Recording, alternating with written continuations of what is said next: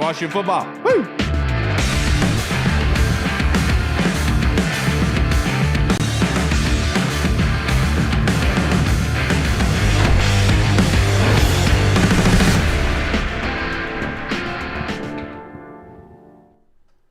Hello, everybody, and welcome to the Burgundy Zone. I am your host, Kyle. Will not be joined by my co-host for this episode, going solo dolo for this one. The title of today's episode is This is Muffed Up. Speaking on the Commanders' loss yesterday to the Dolphins over in Madrid on that new stadium field. It's unfortunate, but to be able to recap that game, break it down, and just the state of the Commanders, is a good friend of this show, a longtime guest of this show, we are a big fan of him, Mr. Logan Paulsen. Thank you for joining me on this Monday morning, sir. How are you doing? I'm good, man. I'm a little tired. Just got back this morning, but yeah, excited to be on the show. Excited to talk a little Commanders football. Yeah, before we get into the bad stuff, though, I did want to ask you like how the trip was, because just seeing from the fan perspective what everyone was saying, it seemed like a fantastic atmosphere.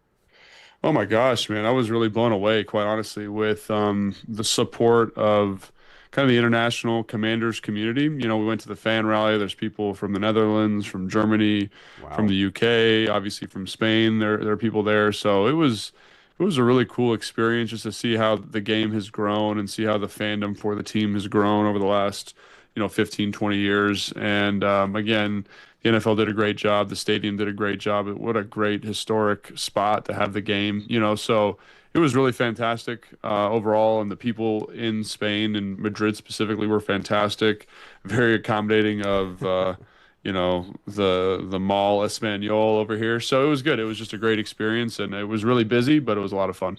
Oh, I'm sure it was. And I saw the coaches film that you did with Dan Quinn and then with Brian Colbert as well. And it seemed like a nice outside atmosphere. You guys seemed very comfortable. It seemed like a good time that you guys were having.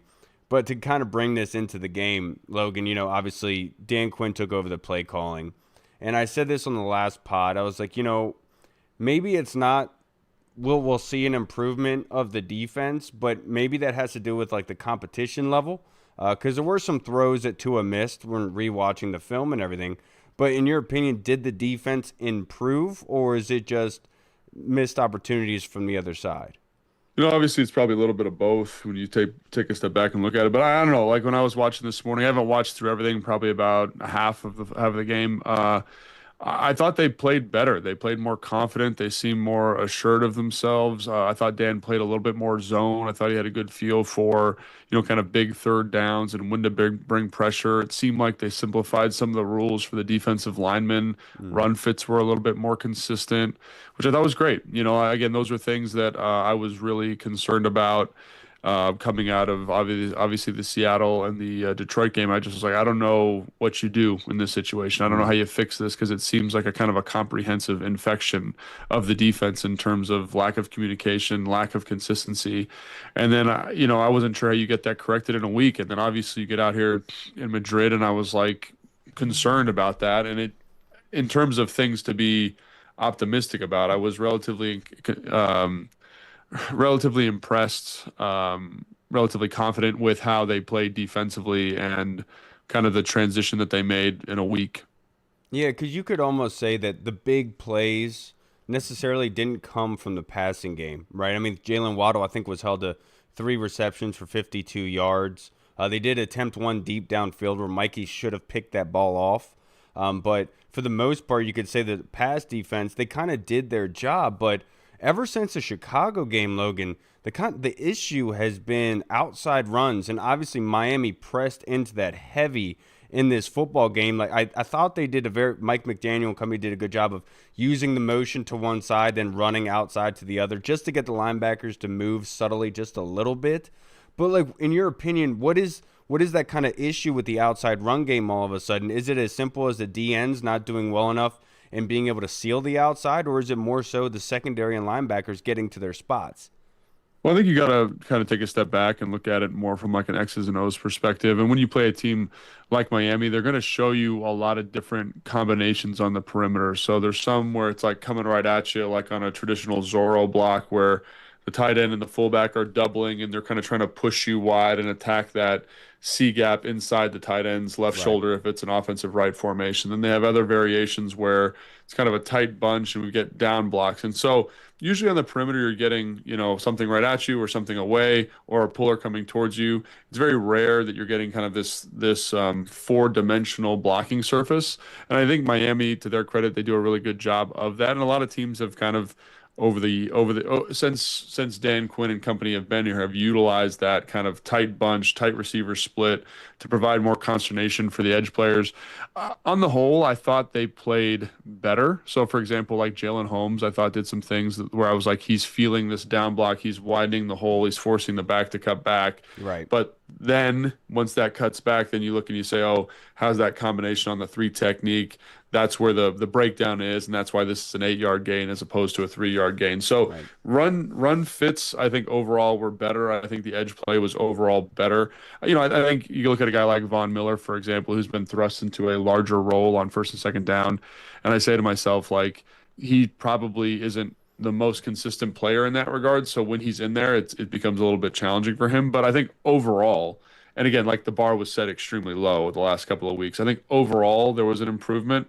But yeah, like there's still room to go. Obviously, like they can't be giving up big chunk plays on first and second down with some of these perimeter runs against running backs like Devon Achane because he's so explosive. And I think you Right. felt some of that. They were helped out a little bit because of some of holding calls. I think that's a positive thing because it shows guys are fighting to get in the right gap. They're straining a little bit.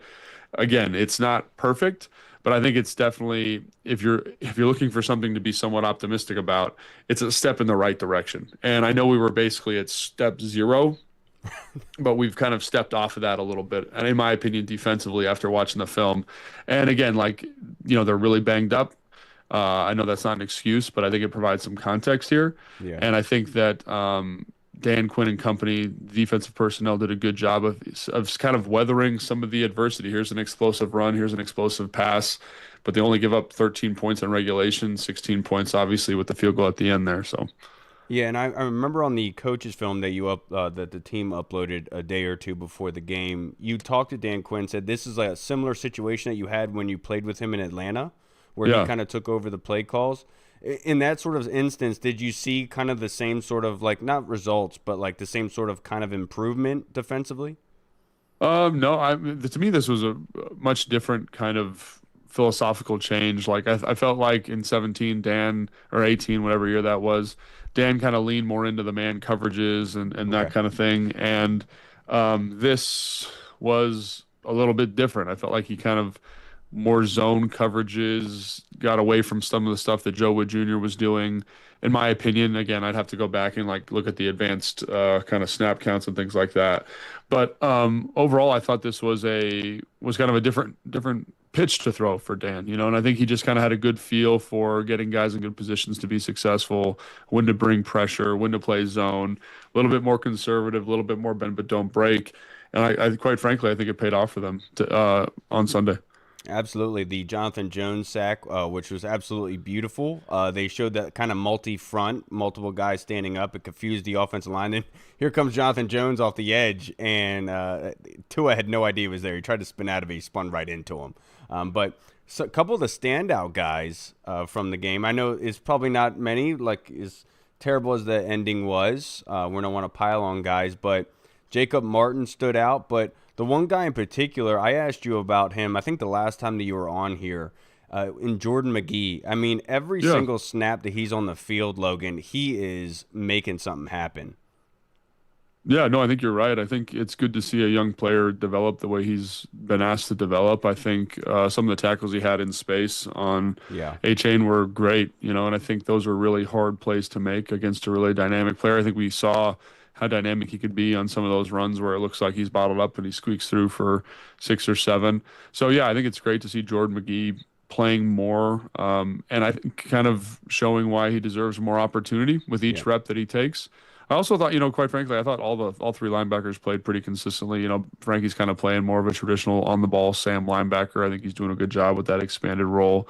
I think Bobby did some good things in coverage. I think he did some good things in run fits like he always does. Yep. And then the other guy that I thought stood out to me anyway was Javon Kinlaw. I thought he it's funny, like when the defense plays well, he really comes to the forefront and he plays it with such an explosive physical violence. And I think the thing with when I watch him, is this something that Dan did for him by putting him in good positions and just kind of letting him rip and letting him go? Because if we can get this version of Kinlaw more frequently, it's going to just do nothing but make this defense so much better. So those are some things that I think just wanted to call attention to, like specifically the Kinlaw thing. Like he's so disruptive, He he's is. so explosive.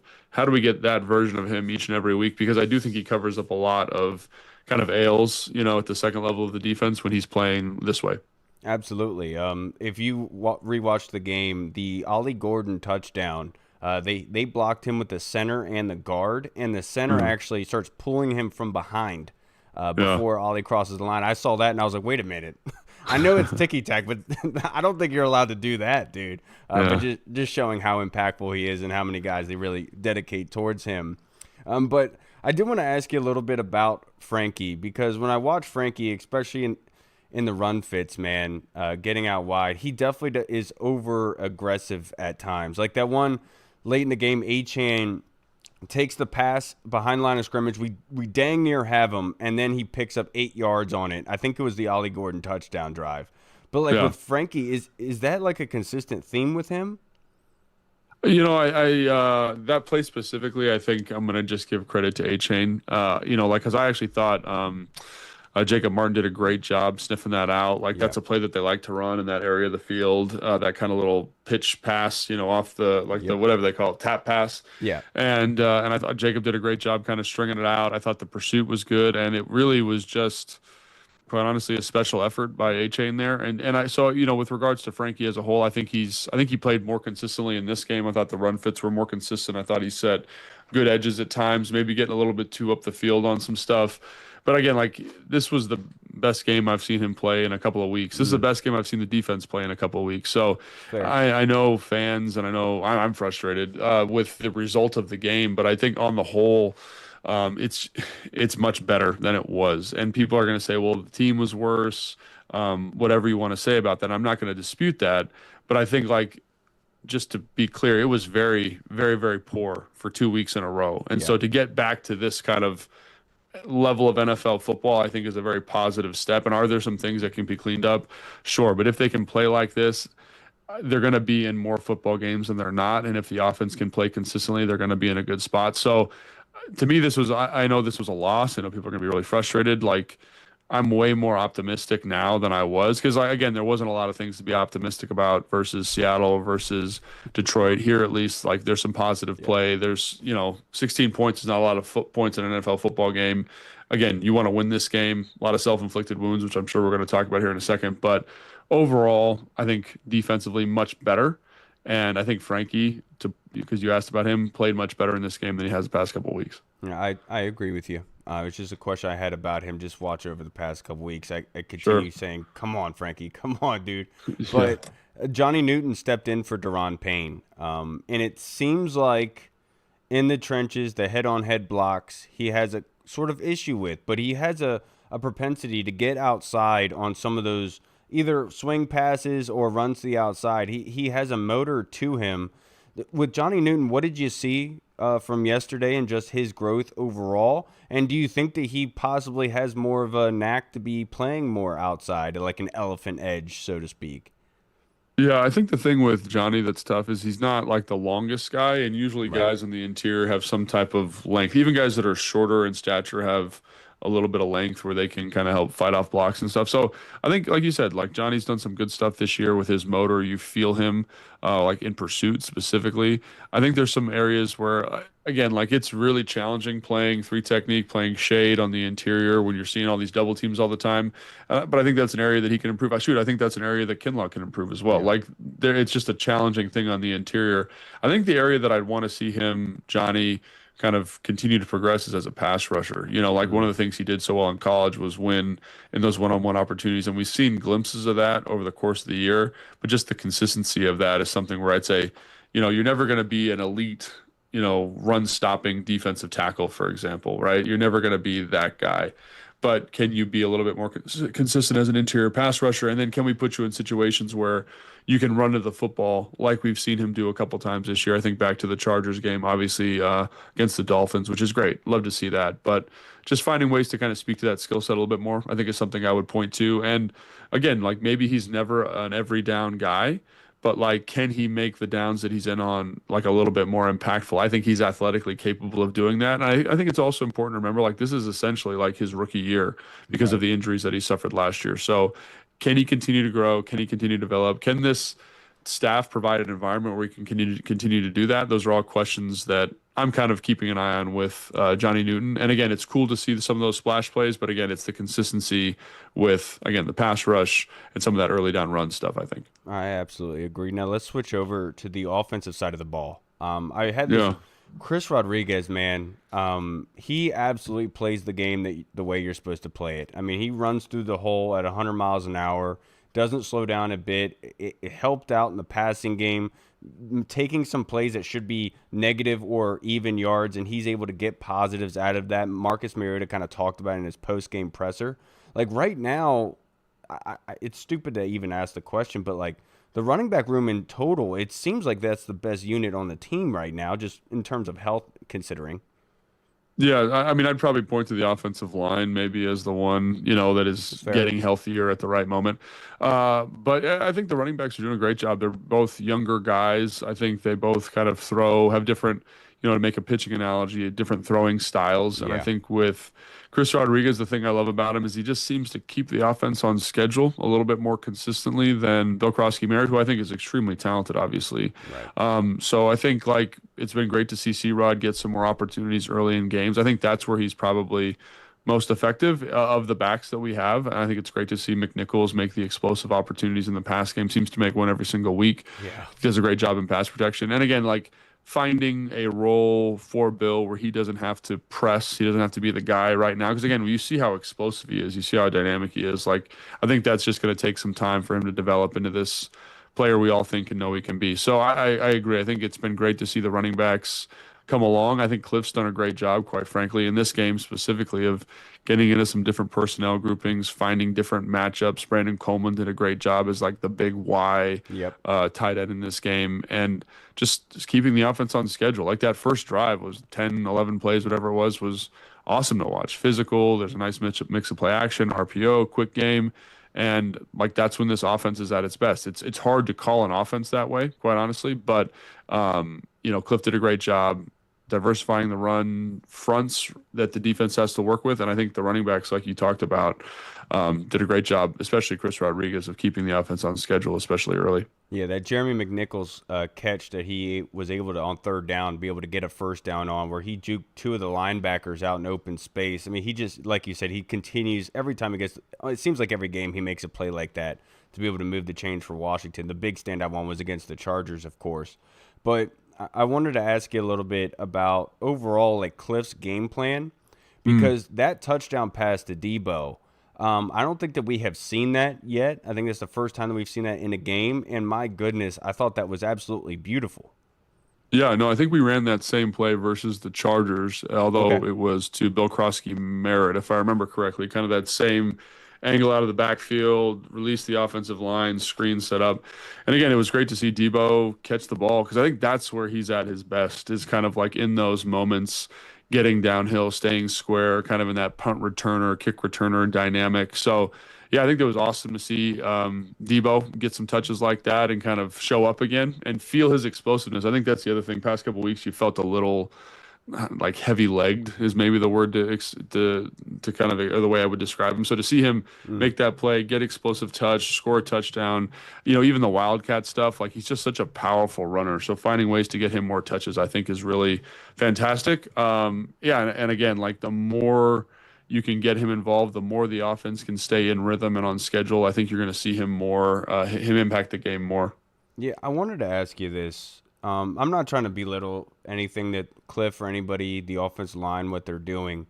But yesterday we were 0 for 3 in the red zone. And I think that Mm, ultimately that is probably the big difference in the football game. And it seems like in those short yardage situations that it is, especially this year, it's been very difficult for us to be able to generate those first downs and those points when we absolutely need them.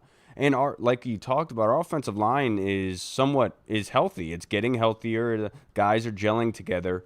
What is you as a former tight end and being an offensive kind of minded guy? What is the disconnect with these short yardage situations? Is it credit to the defense and being able to stand guys up, or is it like a philosophical kind of scheme issue? Um, it's funny. I think it's a game of inches, quite honestly. And I Yeah, think, you look at some of the short yardage plays earlier in the game. They're not in the red zone, but I think they're well executed. They're moving people off the football. They're creating good push. And then in the red zone, like it's hard to execute down there. I've brought this up on a different show that I do. And again, this is not an excuse. This is just to provide context. Like everyone says, oh, you want to pack it in, get under center, run the ball downhill. Those are the hardest moments in a game, in my opinion, for an offensive line to be physical and block because you lose the cadence. So one of the things that like makes a team good at run blocking is like you have the advantage of the cadence, right? So like ready, set out, and as an offensive lineman or an offensive player, you can anticipate that and kind of get your momentum going and get into the block before the defender can, right? And so on the goal line, in kind of a hostile is not the right word, but in a noisy environment, which it was down here. They had to go on the silent a bunch of times in the red zone okay, because again, that's where the bowl is the loudest, right? It's kind of holding the sound down there at the end. that makes Like sense. it's hard to run the football, and so. Obviously there's the 4th and 1 where they try to throw the ball to Zach Ertz and he slips on the little angle route, which he Yeah, scored on probably, 100 times in his career or whatever. Like those are, I think that moment, like that's the margin for error when you're watching this team play football. Like there's a quarterback G lead that they run down there where Biotish kind of gets his feet caught up. yep. The hole gets small and Marcus has to bound it. Like the margin for error is very, very small down there, right? So is there some offensive execution issues? Absolutely. Is it tough to execute down there? Absolutely. Do they have to execute down there? Yes, right. And so I don't really have any problem with the call, especially when I go back and watch and you kind of see how they line up and you see why that was in the game plan. You're like, man, that's smart. I would call that. Like a great example of this is you remember that it was a quarterback GT that they ran. It was like in the first drive of the game where they kind of motioned Debo Samuels across. Mariota fakes the handoff to him. It's out of empty, and they Yep. run GT back the other way. And you look at it and you pause the picture before the snap starts, and you're like, man, they are in a 5-man box. We have 5 blockers plus the quarterback. This should be an awesome play. But one of the guys in the front loses a block. It gets a little bit muddy, and this great play design just isn't executed well. And so I don't really have I think actually Cliff's been in his bag, so to speak, like in terms of Right. elevating. Like think about the pieces that he's missing with, the receivers in the You're health that right. they're currently in. Like it's a tough spot. And so like for him to create I'm going to say create offense. Like that's what he's doing. He's creating offense. Like there's certain teams you watch and they're just running kind of their base scheme, plays everybody runs. This is a big departure from what Cliff does. Like they're in 12 personnel, they're in heavy 12, they're in 13, they're in heavy 13 quite a bit in this game. And a lot of it is to mitigate what they're lacking on the outside, on the perimeter for the receivers. So I think they do a great job moving inside the 20s, moving in between the 20s. And I think that's a testament to Cliff. And then when you get down the red zone, like you're talking about, some of that is just the margin for error is so small. Zach slips, right? Biotish gets his foot caught up and that play on 3rd and 1 is tackled for a lot. Like that's where the margin becomes really, really tight. And that's where, honestly, quite frankly, having an absolute stud is helpful. Like having a Terry McLaurin who can win on a slant, right? Having Right. a guy like Noah Brown who can win a 50-50. Like that's where in those moments where you see good offenses, really good offenses execute at a high level. I think about the LA Rams. Like you just got ball players there that can make you right. And right now, you don't. And I think that's one of the reasons you feel some of this inconsistency in the red zone. And to your point, the Dolphins tried to throw a pass to Jalen Waddle in the red zone there on that crosser, and Bobby's Hmm. able to come up and swat that thing away. To your point about that's where the ballers come in, and luckily we have one on the defense to be able to make a play on that, which I don't think anybody on their bingo card would have had, but Bobby Right. showed some speed on that one. That was insane. But to keep it with the offense, Josh Connerly, he's been getting bludgeoned the past couple weeks, and he's gotten better and better. And I would say like the one rep that I saw that what probably was almost bad, you could say, was the rep where it was supposed to be a safety, where Mariota ditches Oh, that ball out and Connerly gets shook by Chop Robinson on the inside. I mean, completely he was befuddled. But overall, how have you seen Connerly gel with Cosme? Yeah, I think that play was in the second half, so I haven't seen it yet. Okay. So I can't speak to that play specifically. In the moment when I was watching on the sideline, I thought it was a full slide, and I thought he had the inside gap. But again, like that was live, so Okay. who knows actually what you saw there or what I saw there. But yeah, well, I think he's doing a great job, honestly. Like I've been really impressed with his ability to handle adversity, and like I look at the offensive line. And offensively, there's a lot of things that are tough, like a lot of matchups that are tough, a lot of spacings that are tough. But I think when you look at like Tunsil, when you look at Chris Paul, Biadasz, Cosme, and Connerly, I'm like, man, that group is going to be really, really good. And if they can keep that group around, and I know it might not feel that way to a lot of fans, but I think about like just first off, getting Laramie Tunsil is such a huge win for this team, and then the fact that each week Connolly's getting better, like is really exciting to me. I think about how he handled Aiden Hutchinson. Like Yep. it was not on my bingo card that he would like lock that dude down. Like Right. what he does in the run game, this game, what he does in terms of one-on-one pass reps with Chop Robinson, with Chubb, like those are big moments for a young player, and again in a noisy environment. So again, I'm sure it's frustrating to not have him be like an all-pro player right now for a lot of fans, but that's the nature of the offensive line. Like I was talking to one of my buddies, he's an NFL offensive coordinator. He's like, yeah, man, it takes about 3 years for offensive linemen to really come into their own because they got to get bigger, they got to get stronger, they got to get more technically sound. And I think you feel that with Connerly. I love that the way that Ben Johnson talks about him, right? He says he's such a technician. He's always trying to get better. And that's what you want with a guy like that because he has the athletic platform to get it done. And now he's striving technically to get better. So I think he's been a bright spot for me the last 2 weeks. I know sometimes he doesn't play every rep like the way fans want, and I understand. I understand that. I understand that. Like when you're watching offensive line, you remember the bad ones, kind of like with DBs, you remember the bad ones. But I think overall, in my opinion, the progression's been very positive. Absolutely. Early on in that game, I think it was the initial run by Chris Rodriguez at the middle where he gets up and he's able to get the defensive end shunned out with Sam Cosme on that rub block getting to the second level, which opened everything up for C-Rod. It's just Josh currently has those reps that happens, and more credit to him, he is getting better. He doesn't seem like he's in mud like he was early on the season, and give credit to the defenders that he's going against. Chop Robinson is no slouch by any means, right? But in regards to like you yourself, like my buddies always made fun of me because I said that 2012 season, Fred Davis gets knocked out, he gets injured. You come in, you step in, and you really did a good job of just moving the chains. I remember that joke you said of what Kyle Shanahan said to you. He's like, "You're just there to catch the football, Logan." Like that's about it, right? But you did such a good job of helping this football team just continue to move the chains and helping them down the stretch. I thought you were vital to it. With that being said, with the injuries to this offense, who are some guys that you're rooting for that were possibly in like the same sort of situation that you were in? Yeah, I mean, this is a great environment for people to step up for sure. So I look at like Colston Yankoff and his impact on the game yesterday, the way he plays teams, how he catches the football, how he runs routes, quite honestly. I think he's a guy that has a really nice skill set. Him and Ben, I think they're different players. I think their impact on the team is going to be different, but I think both those guys, Ben specifically, has grown up a lot this year, which has been good to see. Like, I think Jalen Lane is another great example of this, like a guy where he's made some explosive plays. I think he's also nicked up, which is just so on brand for this season. Traylon Burks was a guy that I was incredibly excited about coming out of that Detroit game. I'm just like, man, what a skill set this guy has. And if he can stay healthy, like he could be around and be because he's a young football player that's exciting. Yeah, so I think those are some guys offensively that really kind of jump to the forefront for me in terms of their impact. Chris Rodriguez, Bill Krosky Merritt are two other ones, young football players that I think have tremendous upside. And so I think there's a lot of, again, this is a weird conversation to have. There's a lot of exciting pieces that could develop and grow into 2026 because of the injuries. You're seeing them now and they're getting a lot of experience. And I know fans don't want to hear about 2026, but I think this is where they get their bite at the apple and show what they can do. You transitioned perfectly because my next question to you was going to be regarding not the draft, just not only the draft, but also free agency. Like as an executive, as a front office member, or even the coaching staff, how much of a logjam is it with the injuries that you have to gauge how you can get better in. Because my question to you was going to be,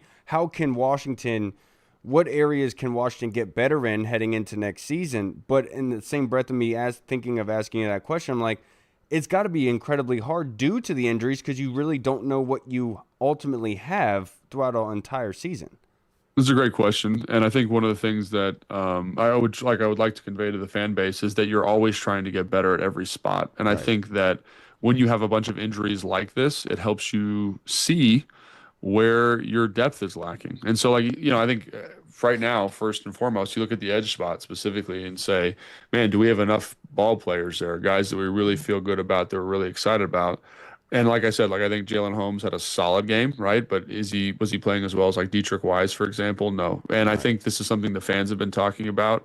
Like this whole pass rush by committee thing was a great idea, and I think it in practice it would have been great to see too, especially when they were healthy for the Giants game. You saw how effective it could be, Yep. but it it's also like we need more depth. We need more people that we feel comfortable putting in there. We need a think about, the Philadelphia offensive line, for example, or the Philadelphia defensive line. Like it's eight deep, right? Yeah. And are we the Commanders eight deep right now? Probably not. So I look at that and I say like not only do the starters show you something, but the depth pieces show you something too, right? It's like we really love Logan Paulsen. I'll use myself as an example. And when I was starting in 2012, it's like we love Logan Paulsen, but do we want him to be the number one tight end on the roster? And the answer is unequivocally no, right? You want to get better. You want to find your Kelsey, your Gronk, your Jordan Reed, insert your stud player there. And I think that's a good indication of also what you need to work on, right? You look at some of the cornerback depth, right? Can we get better there? Youth at linebacker, can we get some young pieces around there? And those are all things and all questions that have revealed themselves this season. Look at the depth at wide receiver, right? Right. Do we have a home run player at the running back spot? Like those are all things that you can see as a fan base, right? Because you're watching football games, obviously, right? And so Adam Peters is a really bright dude.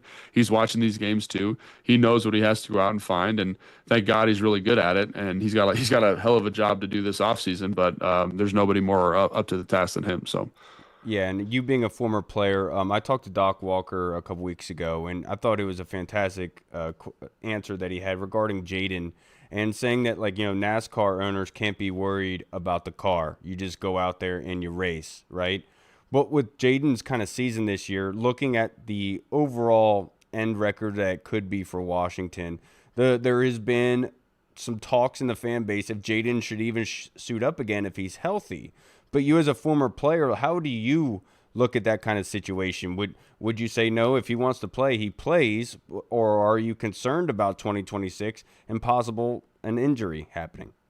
So I think both of those questions lead me to him playing, if that makes sense. So if Okay. I'm worried about 2026, like I want him to develop. And how does he develop? He doesn't develop like sitting hanging out on the sideline. He's got to play football. You know what I'm saying? Like, and this is like I Doc love you. Walker. I love Doc because he's so on the nose sometimes, but like football players play football. Right. Like when you put the helmet on, when you put the pads on, you understand the risk associated with it. And you can get hurt in practice. You can get hurt play one of the game. You get hurt the last play of the game. It's part of the game, right? It's part of the thing that makes it great is the risk associated with it. And so to me, like everyone talks about, hey, how's he, we have to make sure that he doesn't take hits. We have to make sure that he learns how to protect himself. How do you do that? You let him play football. You let him find out where the lines on the court are for him. And I think that's something that, again, like the experience is so important. Like the experience of this game and him getting those reps and him seeing these defenses is extremely important. So, if I'm worried about 2026, I want him to play. If I'm worried about Jaden Daniels' development, I want him to play. And really, that's the thing that to me is the number one thing. I want Jaden Daniels to be the best football player he's going to be, and we don't get that version of him if he's sitting on the sideline. I absolutely love it, Logan. You answered the exact way that I did, and that's why I love you, man, because we think exactly alike. But to wrap this up, only a couple more questions for you. This one was submitted by the Colonel. He asks, Matt Gay's missed field goal proved costly as we lost in overtime to the Dolphins. Is it fair to say we will have an open kicking competition this offseason?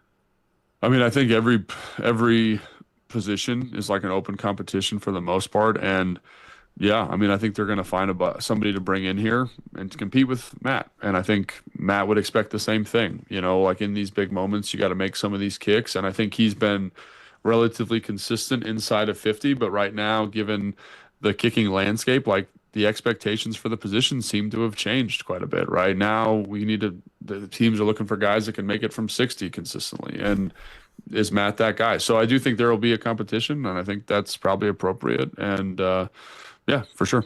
Yeah, I totally agree with you. And it's funny because you could even argue that teams are looking for 70 plus at this Yeah, moment in time with some of these yeah. kickers.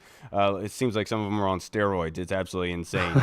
And I would say also, Colonel, I think that's a foregone conclusion. That competition should have probably happened this offseason, but we'll get there when we get there. The next question from the Colonel. Following our loss to the Dolphins, Logan, in Barcelona, we have a bye. After that, we get to face the 9-2 Broncos. Any chance we'll have Jaden back to face fellow first rounder Bo Nix?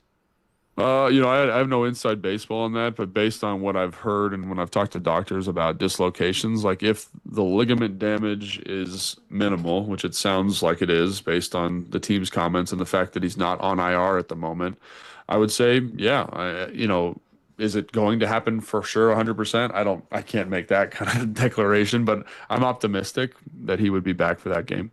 My man, absolutely love to hear it, and I agree with you. Washington was not flexed out of that Sunday night football game, which should probably tell you a lot about what they are expecting in that game. Last question that I have for you, Logan, in regards to because Emmanuel Forbes popped off yesterday for the Rams. He's done a very good job this season. So as a Hmm. former player, I want to ask you, like, is it like a scheme thing with guys like Emmanuel Forbes, Cam Curl, other ones that go and they do well, but then when it seems like with us, seems like we are in the same spot as we were before we let them go. And so like is it just players being put in a position where they're in a place to excel, or is it more of a homegrown growing crops issue? I think that's a great question. And what I would say to that is that sometimes you need to get cut. Mm, Sometimes you need for like to. And the NFL is a tough deal, man. You go like in college, you have a really long leash, so to speak. You have a lot of opportunities to make mistakes, especially if you're like a highly touted recruit, for example. And so yeah. I've been around guys that are exceptionally talented, very, very gifted, but they don't know what they need to do to be a professional football player. They don't understand the study, the body maintenance, the work that goes into being a professional athlete. And sometimes you just need to be cut to kind of say, hey, like this is not a guaranteed thing. All that stuff you thought you were doing before that was going to keep you in the NFL, it's not enough. And so I look at Cam Curl and I think, or Cam, not Cam Curl, but I look at Emmanuel Forbes. And I think that's probably part of this process is being traded and being like, this is, they call this not for long for a reason, right? Is Right. so when this happens, now I can kind of reevaluate my process, refocus, and get into a different environment where people view and speak to you differently. Like that was a big part for me is like going from Washington to Chicago. Like I was like a pseudo team captain there, and here I was just like a third string tight end Mm. because they saw me in a very specific way here in Washington. And then when I went to Chicago, they're like, man, we love this about you. Let's foster this. And so sometimes that happens. And it just takes, I think, moving on, getting cut can empower a player, can motivate a player. It seems like it has in some of these cases. And sometimes the environment's not right for the player. And that's just a fact of life. And so getting in a different space is really important. So to me, it's not necessarily like a homegrown issue because when you look at like Jahan Dotson, when you look at Emmanuel Forbes and they were here, like during that training camp when Dan Quinn came in, like they were not playing well, and Hmm. something needed to change. There's no doubt about their talent. There's no doubt about the quality of human being that they are. But sometimes you just need a new environment. I think that's what the Rams provided Emmanuel Forbes, and what Philadelphia provided for Jahan Dotson. Yeah, and it really spoke to me what you were talking about with playing with guys in college because we had a kid on our team, Jace, who incredibly talented. I could show you some videos where he's just running past everybody. Big kid, but like he had a conversation saying he wanted to play D1, and I walked over to him and another teammate, and I said, "Well, you could play D1 if you get better off the ball." Very kind of selfish kind of player. What off the ball Yeah. doesn't help very much. And I told him the best play of the season for him was when he ran the entire field to block for his teammate for a touchdown. It was unheard of. But it's like I understand what you're saying, and like things are easy for them, so they don't need to do the extra stuff to get better because they think it's just going to continue to get easy. So it speaks a lot to what you're saying, because I think that's one of the reasons why Terry McLaurin was successful when he came into the NFL, because he had the grind kind of mindset. I think that's what you're speaking to. Yeah, for sure. And again, not that they can't do it. It's just that sometimes these transitions help bring it out of Right. them a little bit. Absolutely agree. Well, Logan, I can't thank you enough, man. It's been a long time. I know you're incredibly busy, and I really am grateful that you're able to take some time out for me to talk a little bit. But before you get out of here, I'd like to plug your social media handles and your show, sir. Yeah, Logan underscore Paulsen 82. I think that is Instagram. Twitter is Logan Paulsen NFL, something like Yes. that. Yeah. Something. And then Logan Paulsen NFL. Yes. Logan Paulsen NFL. And then obviously the Command Center stuff. Please make sure you check that out. It's been a lot of fun to do that. I know it's been a tough year, but that content's great. And then the Take Command podcast with now Graham Paulsen has been a lot of fun to do too. So trying to give you good analysis of the team. And I know it's been a tough year. It's been a tough year for everybody, but please stick with us. Well, and I want you to keep being positive and seeing the bright spots too. Yeah. It's hard to do with it's such a bad time, Logan, but I think you did a very good job at least illustrating some good out of these things, because it's necessary.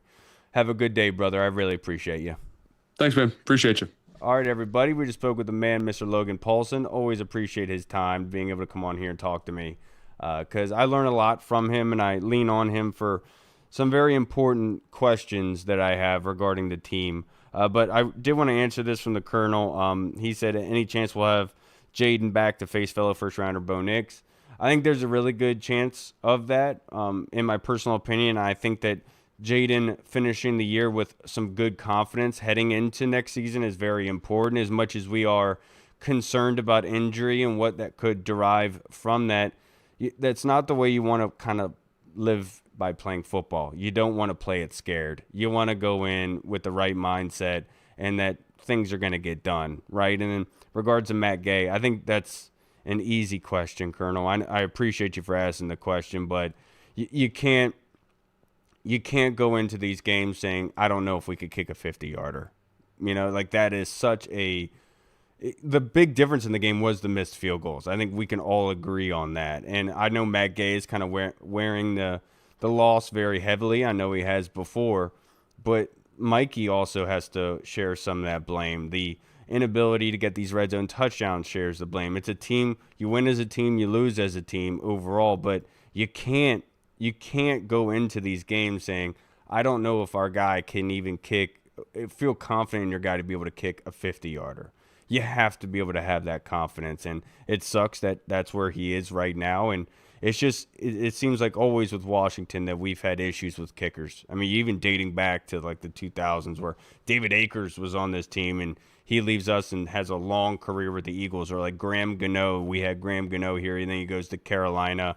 Dustin Hopkins, you could say Zane Gonzalez was, I think, kicking for Carolina, kicked the game winner for them. And so it's just for some reason here in Washington, man, we just can't have reliable, confident building kind of kickers, which sucks to say, but it is what it is.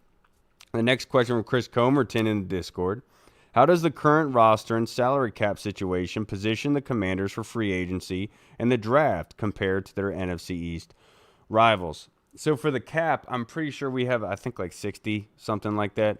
So we have a good amount of money to be able to utilize. And obviously you want to be able to go in with young talent. But also this front office and staff has really gone towards the older kind of vet coming in, being able to help right away sort of mentality. And with the draft, like it sucks because Washington has a first rounder, right? But they don't have a second. I think they have a third and then like a fifth. I think 5 overall, which puts you in a rock and a hard place, given the overall status of the team. Knowing that you have a bunch of one-year contracts expiring, you're going to have 20-odd pieces that you're going to have to add here in order just to field the 53. So it's going to be difficult to do. But I think that Washington, I know people are saying to trade back in the first round as low as a draft number as we could possibly get to in the draft order. But ultimately, it takes 2 to tango. And is there going to be a quarterback worthy enough that a team wants to trade up for? And, or, because the question I have is Washington in a position to trade back for more picks, right? Are they in that position, or are they in the position that they need an impact player right now? And that's probably a question I should have asked Logan now that I'm thinking of it. But like, you look at a guy like Myles Garrett, right, who had 4 sacks, 15 sacks on the season, absolutely having an insane freaking year, dude. But what does he have around him overall with the Browns? In his entirety of his career, it's been like this. So, like, are you going to put yourself in that sort of in a place where, okay, you have your Myles Garrett, but what else do you have to be successful?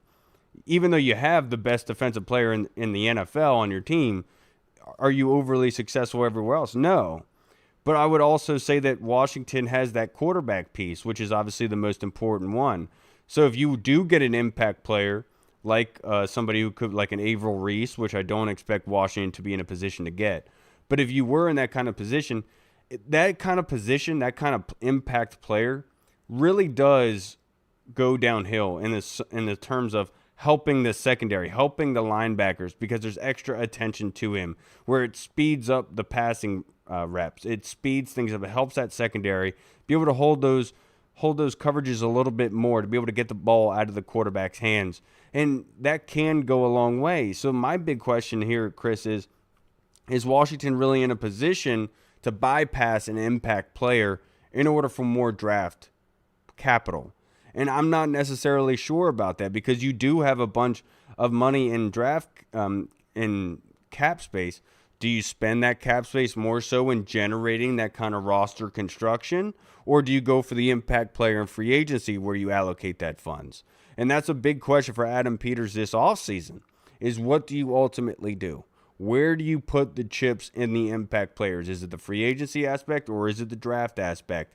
And of course, you can always get impact players later on in the draft, but that's few and far between. It's a gigantic gamble after the first round, of course, but I think that that's going to be a big question for Washington that I'll pose to you guys and ask you, what do you think? Do you think that Washington should be in the market for an impact player in the draft, or are they more so in the trade back scenario? I'd love to hear what you guys have to think and what you have to say about that.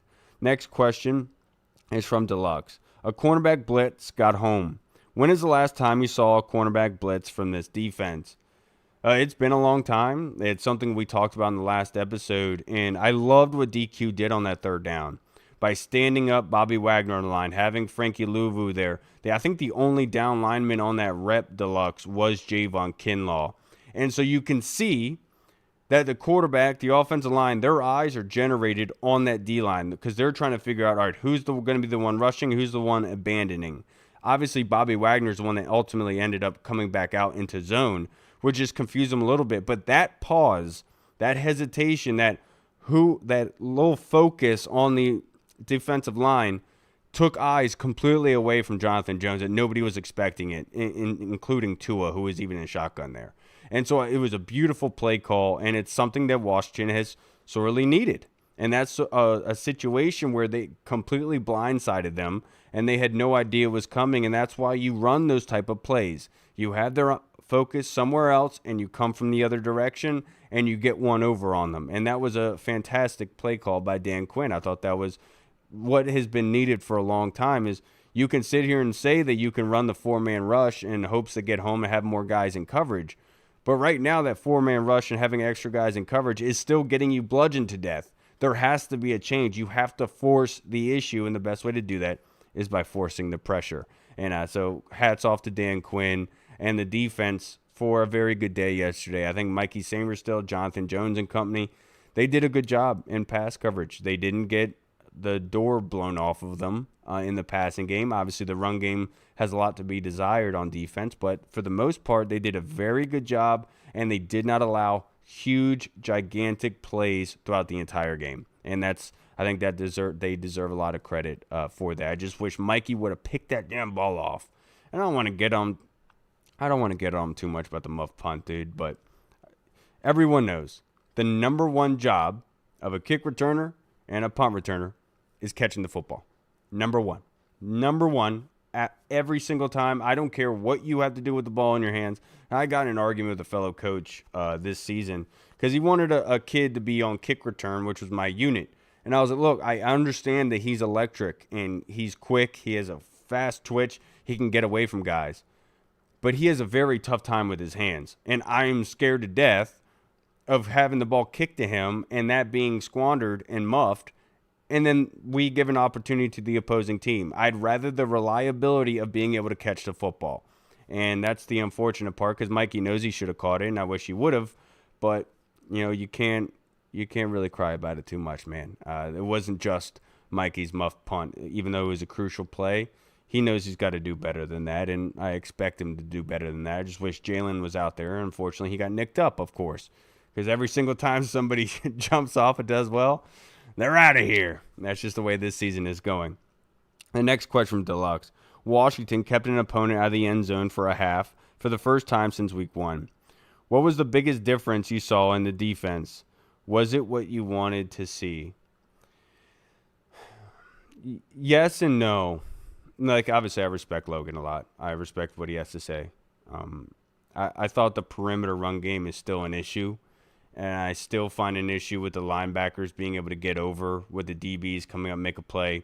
Like, there's one play where Von Miller sets the edge very, very well. But there's nobody on the inside crease. He forces the running back inside to go upfield. And there's still nobody there. Frankie Lou is getting pushed onto the ground, and it's a 15-yard run by Devon Achane. And it's like, at what point do you understand? Like, there was another one where Frankie undercuts the block, where it's a run to the outside, and instead of running upfield to meet Devon Achane for about 2 to 3 yards north, he goes behind the block, which takes him completely out of the play. Devon Achane is a very good athlete. You're not chasing him down. Get over top of him, because your job as a defender to be a cap, right? You want to stop anything coming north at you, right? You want to stay over top. That's what matters first and foremost.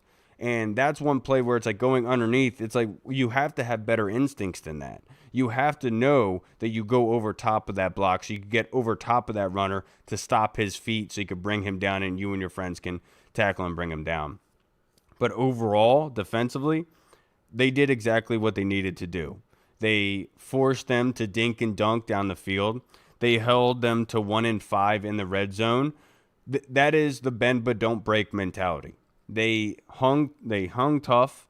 They forced the Dolphins to have to make very good plays in order to score. And for the most part, they did a phenomenal job of doing that, forcing field goals, getting off the field. They forced punts. They did exactly what they needed to do. It's just unfortunate that ultimately one mistake on special teams, or you could say 3 mistakes on special teams, was a difference in the game. This shouldn't have even gone to overtime, to be perfectly honest with you. And I think the defense deserves a lot of credit for how they played yesterday, given the sort of circumstances they're put in with the guys that are in there, with the injuries that they have. And as much as it is an excuse, you have to give them the nod to say they were at least competitive. And that's what you want. You want to at least be competitive in these games. It would have been horrendous if you're getting your doors blown off of you going against Miami, who has a similar record to you. I know they are explosive, and that we knew that coming into this game, but they weren't very explosive in the terms of really blowing the doors off of you. The one big throw that they had at Jalen Waddle where Tua throws into double coverage where Mikey should have picked that ball off. There's 2 guys there. Did a very good job of getting over top of that, which has been an issue for Washington all season long. And make no mistake about it, Washington didn't run much man, right? So Logan kind of talked about they were in zone coverage a lot. That tends to what this defense does really well, especially somebody like Mikey, who very good at being able to read the quarterback's eyes, instinctually find out where the play is, and then go. But there was one play to Jalen Waddle where Mikey and Quan both fall. I think it was the first play of Miami's possession in the second half where they fall, and it's a kind of a big play, but it wasn't a touchdown, right? It's a step in the right direction. You got to get better at it, of course. You want your safety, your other guys to instinctually jump up on that ball. But that's one play that you could come back to and say that needs to be cleaned up just a little bit. And also in the run game out wide. And I think that somebody like Johnny Newton could easily help you out wide in that sort of regard. And they were pigeonholed given that Deron Payne was out for this game. But overall, Deluxe, the defense did exactly what they needed to do. I loved the mindset that Dan Quinn had coming into this game. I think Jacob Martin's sack is not getting enough credit for what it was because it's a misdirection, right? They're trying to take Jacob Martin out of the play by fake pitching it to the right. They're trying to fake pitch it to the right in order for Tua to come back left for the swing. And Jacob expertly stays home. That's what you're taught as a D end. If you're in that kind of spot, you got to stay home, stay wide, be ready to move either inside or outside. Don't follow that fake to the inside because now the outside is given up. Stay home, stay where your feet are, and be able to react based on that. And that's what he did on that play. He read it perfectly and was able to come up and get that sack on Tua. Jacob Martin has been a bright spot over the past couple weeks, and he's somebody that deserves a lot of credit. I think he has 5 sacks so far this season. And credit to him, man. Had some injuries at the end, and he came in and certainly did something that Washington needed. The next question is from Chris Comerton. Given the on-field implosion, what is the long-term outlook for the coaching staff, including defensive coordinator Joe Witt Jr. for the 2026 season? I would imagine you're asking in regards to their job status. And it's hard to say, really, because obviously it's a question for Dan Quinn and company coming into the offseason is, well, what are you going to go in with Dan Quinn calling the defense from here on out? Are you going to keep Joe Witt in sort of like an advisory role or helping out with the DBs? What is your ultimate conclusion there? And obviously, you have Ken Norton in the building who could easily help you out in that sort of play call regard, given with his kind of history of coaching. But ultimately, I think we're too early for that. That's an issue for the offseason. But for me personally, I don't know where they go from here. They have some guys in the building that could easily help them, of course. But I don't know if Dan Quinn could fire his friend, and which is the kind of unfortunate reality of it all. Is he demoted him, but would he be able to fire him and take a paycheck away from him? Right now, I think Joe Witt would be vital to a secondary because that's where his background is coaching secondary, which is kind of ironic given that the secondary looked terrible on his behalf as defensive coordinator. But I think as like a daily practice sort of thing, I think Joe Witt Jr. could really help with the secondary in terms of just getting them on the same page, if anything, Chris. The next question is from Tim Towner. Would you use a top 10 first-round pick on offense, defense, or best player available? So, obviously, the past 2 drafts in the first round, they have gone offense. They've gone defense in the second round, obviously with Trey Amos, Mikey Sainristil, Johnny Newton. And so you could make the argument. I think ultimately you go with best player available because you have a guy like Averill Reese there who we can all agree would be phenomenal to adding to this defense. But you could also make the argument that adding a weapon as a wide receiver, it would be massive in terms of just helping create more space, being able to allow the running game to operate just a little bit more. So they can't pack 8 men in the box, right? Like being able to space things out, having Terry McLaurin and a bona fide number 1 pick. I saw George Carmy put up on Twitter that like the Washington needs a wide receiver like Jackson Smith and Jigba to add on here. He's like, I understand that, but like they haven't had a first round top 10 pick to use on a wide receiver. So of course, in this sort of regard, you want to go in saying, yeah, add that piece if it's there. But you don't know if it is actually going to be there. You don't want to pigeonhole yourself to add a wide receiver that isn't going to really do that for you in the top 10. Because let's say some of those wide receivers that are capable are taken. What do you do now? Okay, don't pigeonhole yourself in that sort of situation. But right now, I think overall, I would lean towards using it on a impact, really good defensive end. Because that impactful defensive end could have a ripple effect on the defense overall. And I think that is vital. And not only just for overall football, just in terms general, But for this defense, like Dan Quinn and company, their defense was at their best when they had somebody like Micah, where it was very constant disruption, either in the run game or the pass game as a defensive end. If you can get that kind of piece here, I think it would make everything a little bit more comfortable. It would help the defense, especially the secondary and their coverage and what they would like to do, allow more freedom and comfortability from the coaching staff and coordinator perspective, and just being able to be at home more and just more comfortable with where they are. But I'm not going to take the wide receiver out of it. I do think that adding another layer to this offense and just being able to separate is vital. But I also agree and understand the mindset of quarterback is number one, and really good quarterbacks make wide receivers. Go back to the Steelers in their run in the 2000s, early 2010s. They were very good at just having wide receivers blossom out of nowhere. You know, like Antonio Brown was a seventh rounder UDFA. They had Plaxico Burress. They had Hines Ward. They move on from them. Juju Smith-Schuster came from there. They had Santonio Holmes. These guys they constantly were just moving and recharging and recycling and just continuing to have really good wide receivers. The Giants with Eli Manning is another good example, where the quarterbacks help make the wide receiver.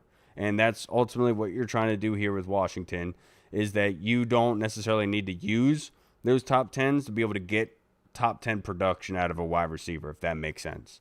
Like Nico Collins wasn't a top 10 guy. I think Nico was either a second rounder or late first, and that's Tank Dell, early second rounder, my blue chip playmaker. That pre-draft process exploded with C.J. Stroud, and the quarterback kind of helps with that and being able to elevate their game and overall the offense and what you're able to do in production. So I would lean towards defensive end, but if there is none that fits that bill, I wouldn't be surprised if you do have a wide receiver of that caliber that you take the chance on that, just to be able to help everybody else out more. And now the next question from Tim Towner, and last one. Who are the teams that need a quarterback and could be a potential trade partner that would us move back in the draft, add additional picks, and still be able to pick up an impact player? Teams that you could really look at, I would say Arizona, based on the future of Kyler Murray in Arizona is still up in the air.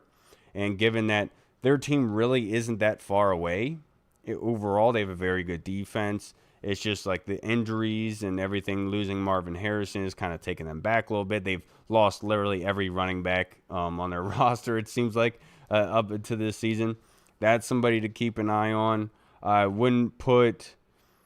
the Jets are another example, but I think the Jets, of course, are going to be ahead of us. So there's no reason for them to move up for it.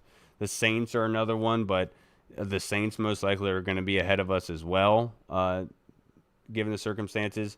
The Panthers, you can't really shy away from, because with the Panthers, Bryce Young, he is playing well, of course, but at some point, Carolina's going to want to have to recharge the batteries in terms of fan excitement. And does Bryce Young really offer that for you in years 5 and 6? Don't really know about that. So I think the Panthers are another one to consider. I wouldn't even say the Jags. The Jags are playing good football right now. But I'm trying to think of some teams that could be in that. Miami, you could say. We just lost to Miami with Tua, of course, but they're obviously looking to recharge their batteries and to help. And maybe if they get a new coach in there, they want a new quarterback to kind of groom with them. And that would be one that I would key in on. And you wouldn't get much of a return because right now Miami is like right behind us, and so it wouldn't be moving up all that much. But those are a couple. And Tim also says Lane has been a disappointment. Man, leave my boy alone. What did he do wrong yesterday? He didn't do anything wrong.